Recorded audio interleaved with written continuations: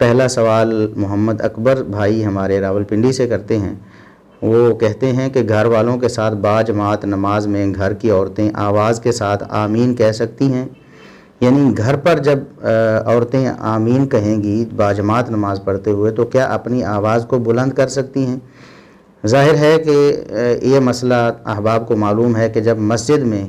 یا میدان میں کہیں عورتیں مردوں کے ساتھ الگ سے باجماعت نماز پڑھیں امام کے ساتھ تو وہ آہستہ آمین کہتی ہیں۔ تو کیا گھر میں جہاں سارے محارم ہوں گے، محرم رشتہ دار ہیں، بہن بھائی ہیں، باپ ہے، بیٹا ہے، بھانجا بھتیجا ہے، وہاں باجماعت نماز کی صورت میں وہ کس طرح کریں گی؟ کیا وہ اونچی آواز سے آمین کہہ سکتی ہیں اس وقت؟ تو دیکھیں، اس حوالے سے اگرچہ علماء کا اختلاف ہے لیکن راجح بات یہی سمجھ آتی ہے کہ جب محرم ہی وہاں موجود ہیں تو وہ آمین اونچی آواز سے بھی کہہ سکتی ہیں۔ اس کی وجہ یہ ہے کہ ایک تو صحیح بخاری کی وہ حدیث 1203 نمبر جس میں نبی کریم صلی اللہ علیہ وسلم نے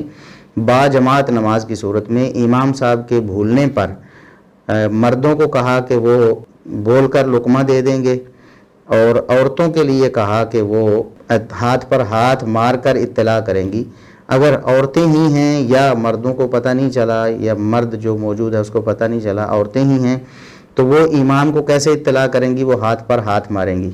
یہ تو ہے کوئی غلطی ہو رہی ہے، مثال کے طور پر رکعت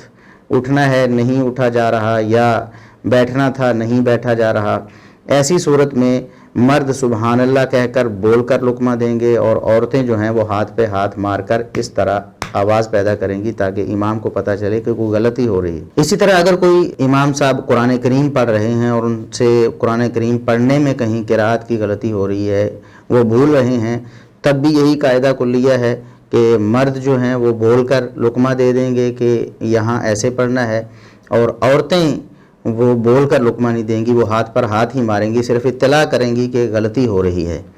یہ حدیث بتاتی ہے صحیح بخاری کی 1203 نمبر کہ عورتوں کو مردوں کی موجودگی میں یہ حکم دیا گیا کہ وہ اپنی آواز پیدا نہ کریں۔